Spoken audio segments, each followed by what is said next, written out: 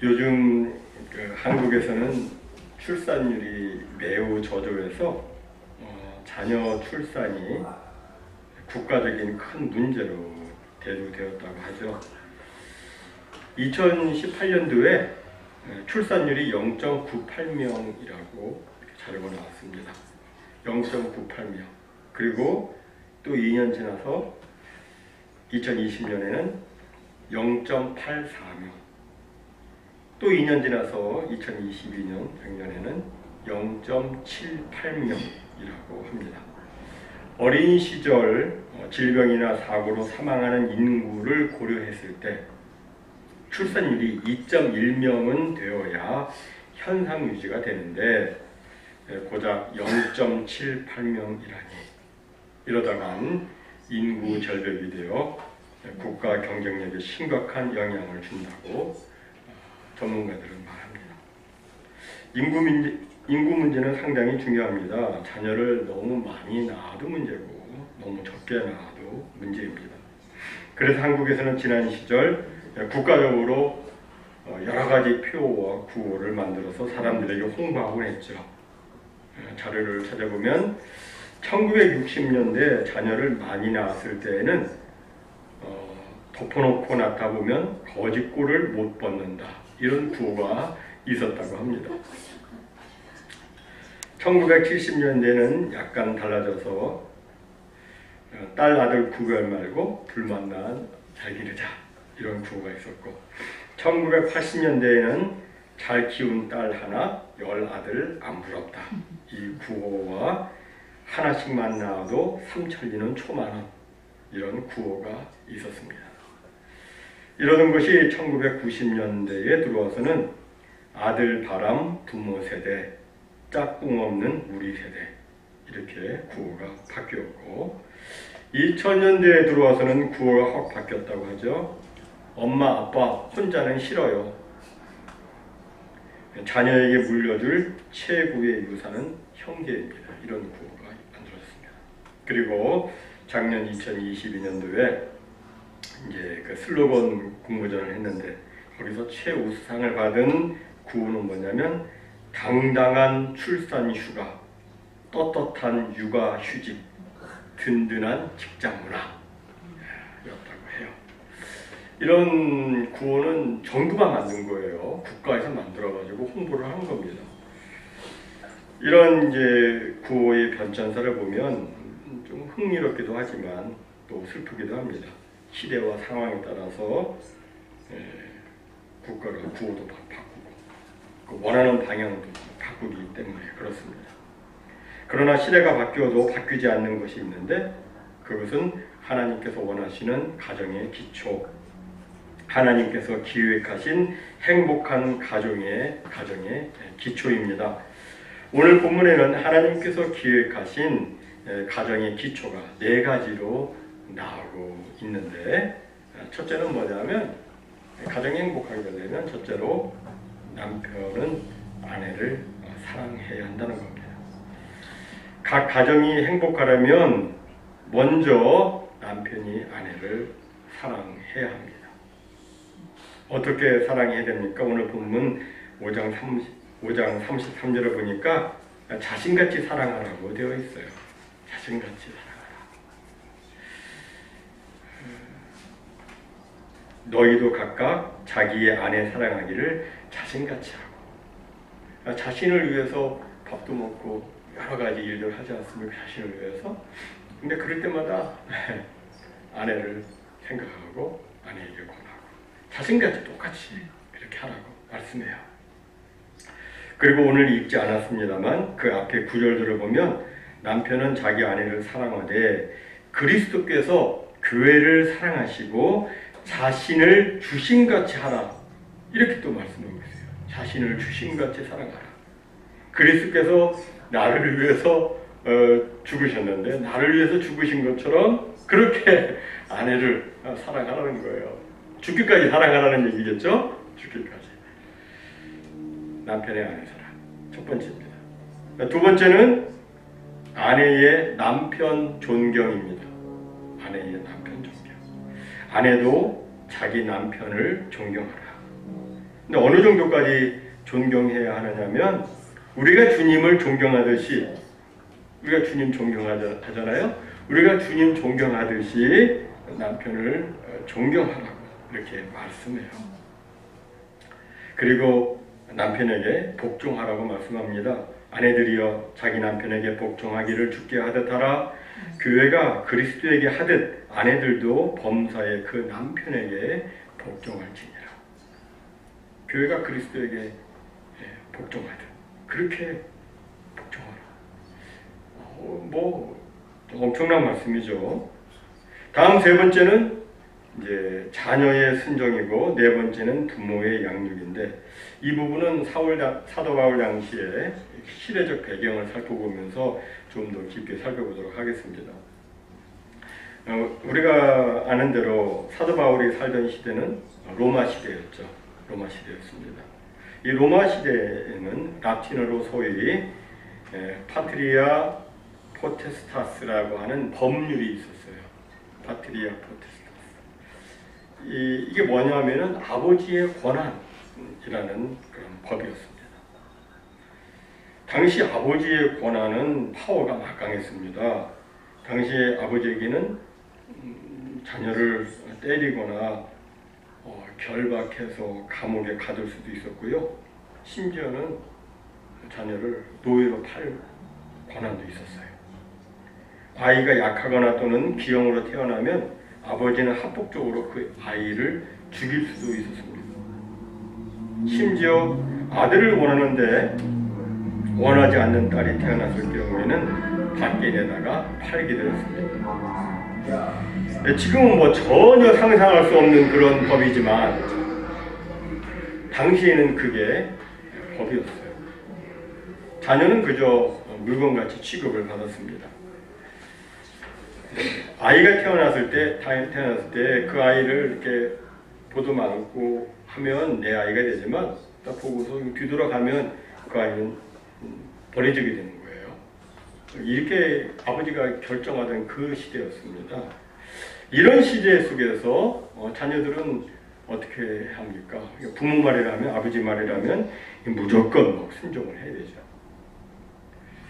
그런데 사도 바울은 그 시대 속에서 이렇게 말해요. 자녀들아, 주 안에서 너희 부모에게 순종하라. 이것이 옳으니라.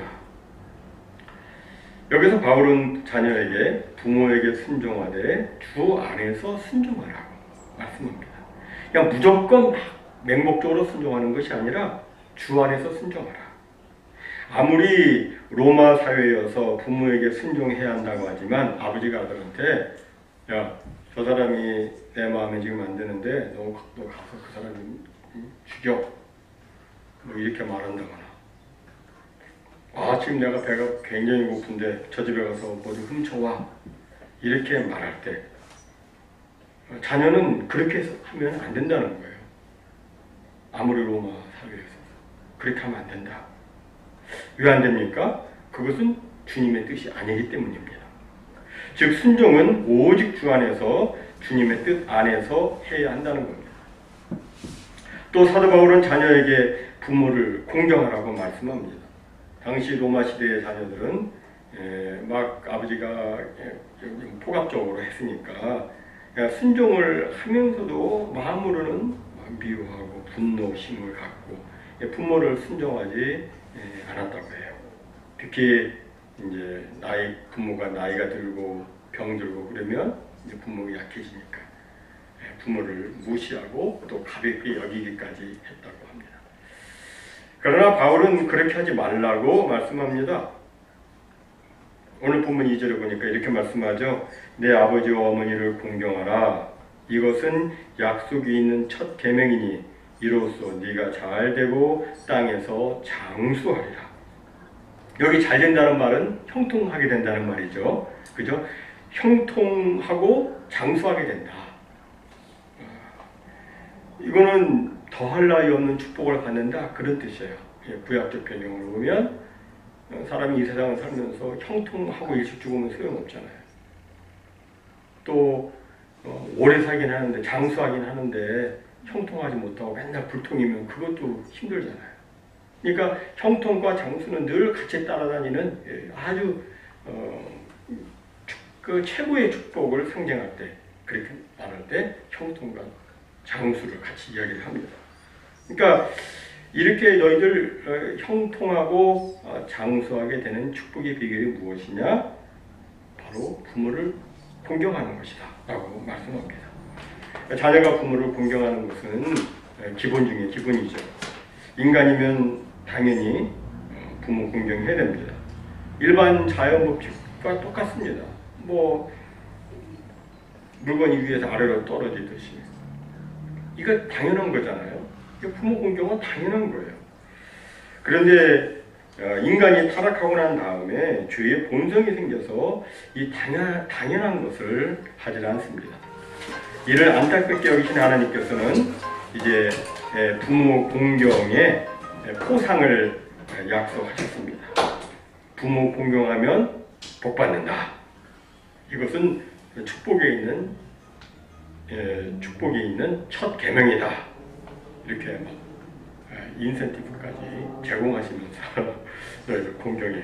그러면 너희들 복 받아. 이렇게 말씀하신 거예요. 당연하지만 사람들이 그렇게 안 사니까 주님께서는 공경하라고 이렇게 말씀하셨습니다. 물론 이 말씀은 부모를 공경하면 무조건 뭐 기계적으로 형통하고 무조건 장수한다는 의미는 아니죠. 간혹 효자, 효녀 중에도 사업에 실패하는 경우도 있고 또 세상을 일찍 떠나서 부모님의 마음을 아프게 하는 그런 경우도 있습니다. 하지만 그런 경우는 우리가 알지 못하는 어떤 특별한 이유가 있는 것이고 그 외의 경우는 부모를 공경하면 장수하고 형통합니다. 우리가 창세기를 보면 아브라함이 아들 이삭을 묶어가지고 재물을 막 드리려고 했을 때 이삭은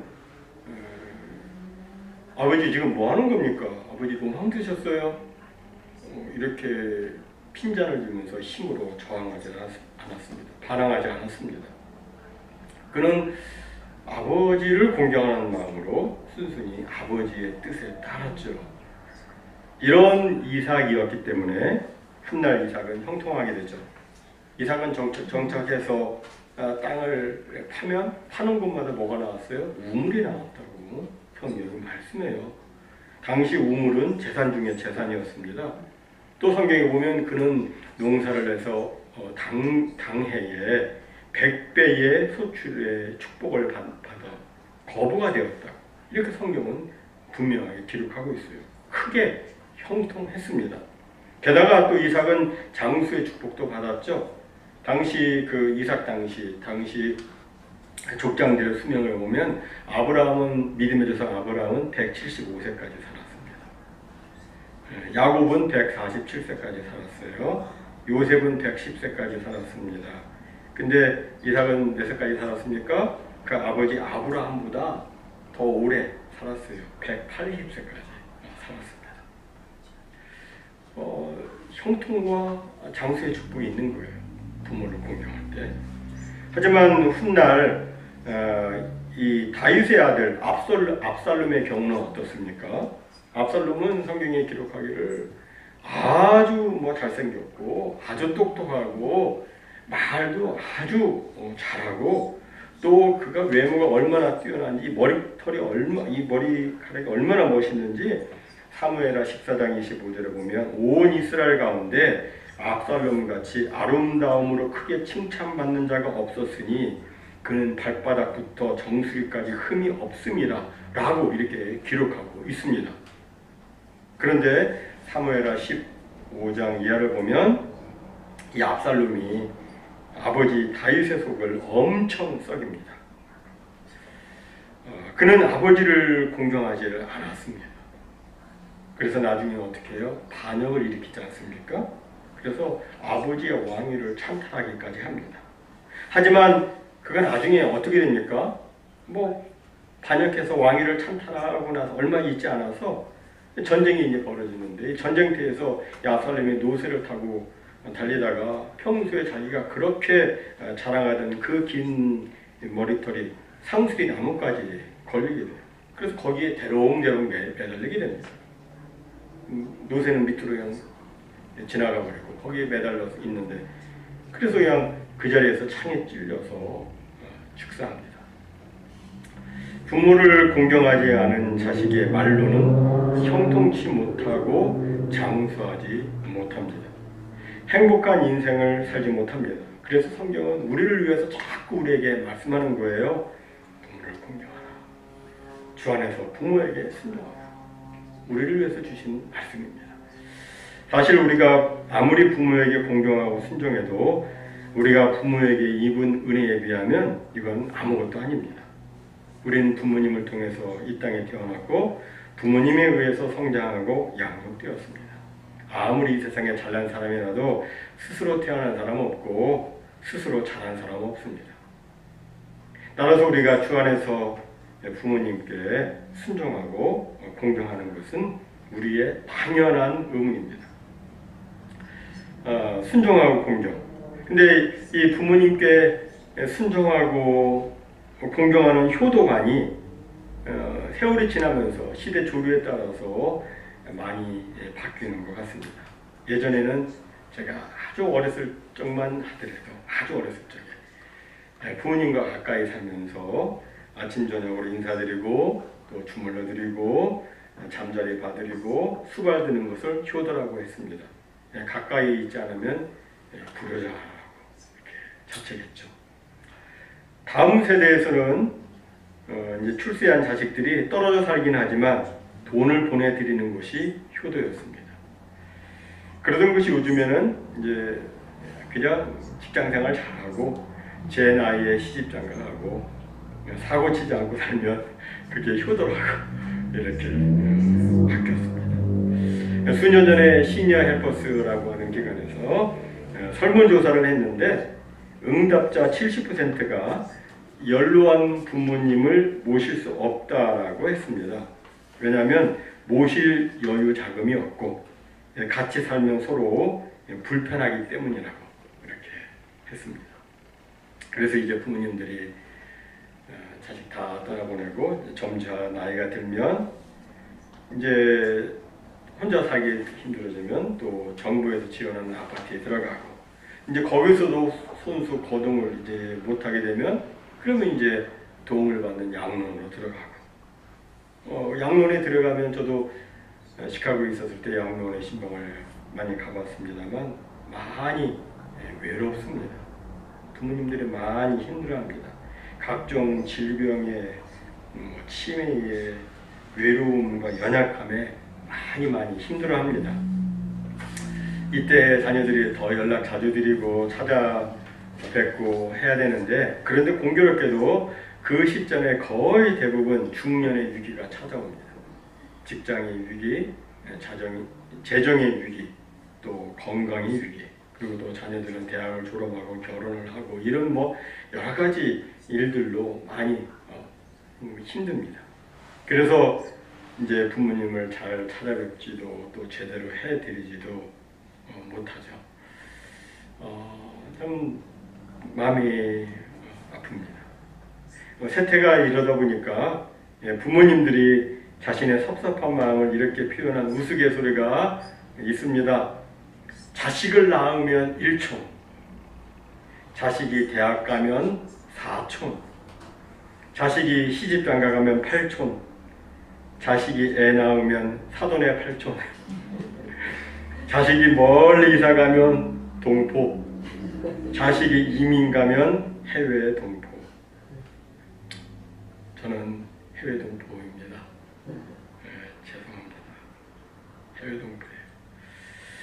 이런 이야기를 하거나 들으면 웃음이 나오면서도 좀 씁쓸합니다.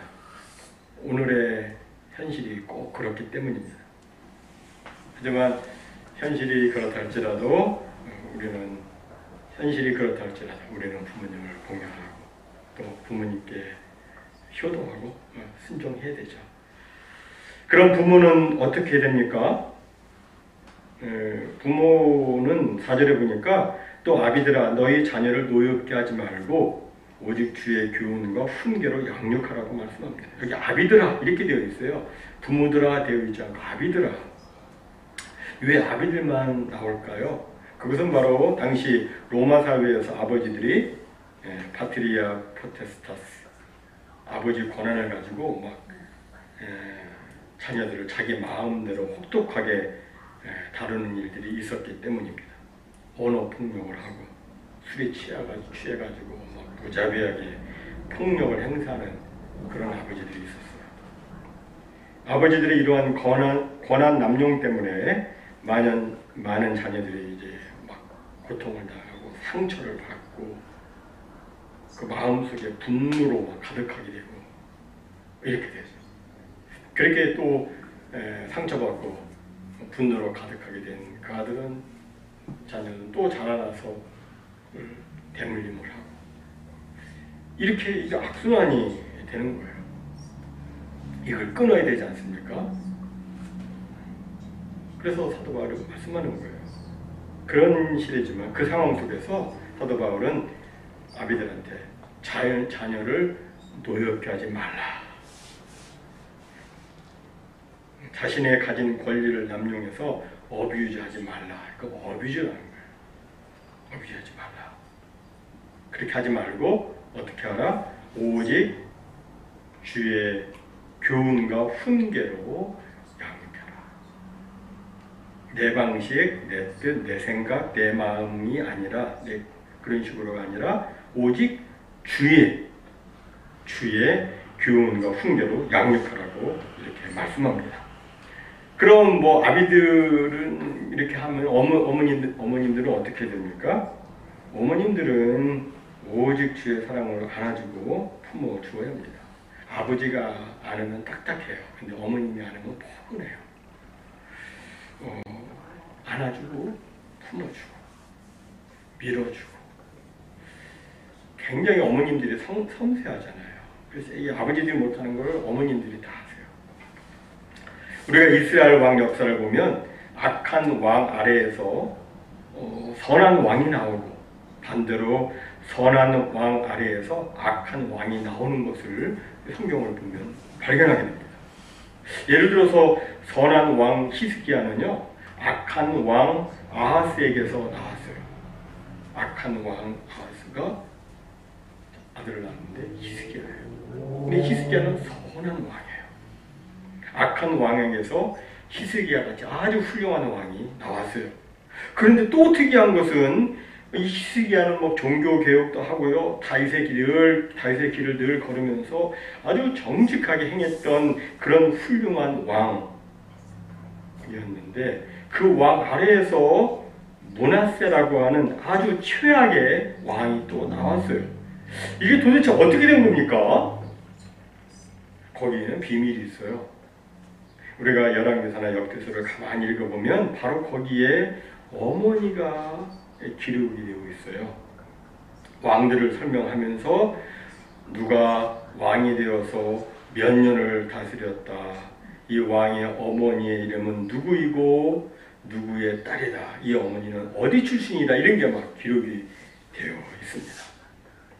무슨 말이냐면 아버지 왕이 아무리 잘해도 그 어머니가 제대로 하지 못했을 때 그 아들은 악한 왕이 되고, 아버지 왕이 잘못했는데도 어머니가 믿음으로 아이를 잘 양육했다면 그 아들은 훌륭한 믿음의 왕이 된다는 거예요. 이러 보면 이 아버지의 역할도 중요하지만 어머니의 역할은 더욱 중요하다는 것을 우리가 알 수 있습니다. 네, 말씀을 정리하자면 하나님께서 원하시는 가정은 뭐예요? 지금까지 말씀처럼 남편의 죽기까지의 사랑, 그죠? 남편의 죽기까지의 사랑. 그리고 아내의 예수님에게 하듯 하는 남편 존경. 그리고 자녀의 주 안에서의 순종과 공경. 그리고 아버지의 주의 말씀에 따른 바른 훈계와 어머니의 사랑, 양육이 어우러져서 주님의 축복을 경험하고 천국의 행복을 맛보는 가정이 된다는 거예요. 여러분, 가정의 주인은 누구일까요? 아버지일까요? 어머니일까요? 자녀일까요? 아니죠. 가정의 주인은 예수님이십니다. 예수님이 주인이에요. 하나님께서 이 세상에 아주 두 가지 기관을 만드셨어요. 하나는 가정이고 또 다른 하나는 교회예요. 가정과 교회의 주인은 하나님 아버지세요. 그러니까 교회에서도 가정에서도 늘 주의 뜻대로 주의 교훈과 훈계대로 하나님의 말씀대로 이렇게 따라가야 돼요. 그렇게 할 때 그 가정은 축복을 경험하고 천국의 행복을 맛보며 살 수가 있는 것이죠.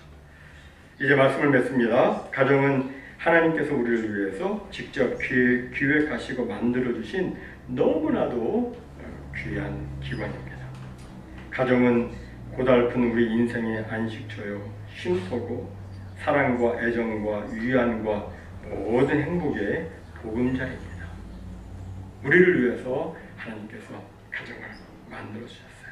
이 가정이 정말 행복하게 계속 유지되고 축복받는 가정, 축복받은 자녀, 이렇게 계속해서 천대까지 복받는 가정 되려면 하나님의 말씀에 순종하고 그리고 주님께서 말씀하신 이대로 사는 것입니다. 그러면 틀림없어요. 오늘 하나님께서 우리에게 오늘 말씀 주셨는데 우리 모두 주의 말씀에 순종함으로 행복한 가정생활하는 큰 은혜가 있기를 주님의 이름으로 축원합니다. 아멘.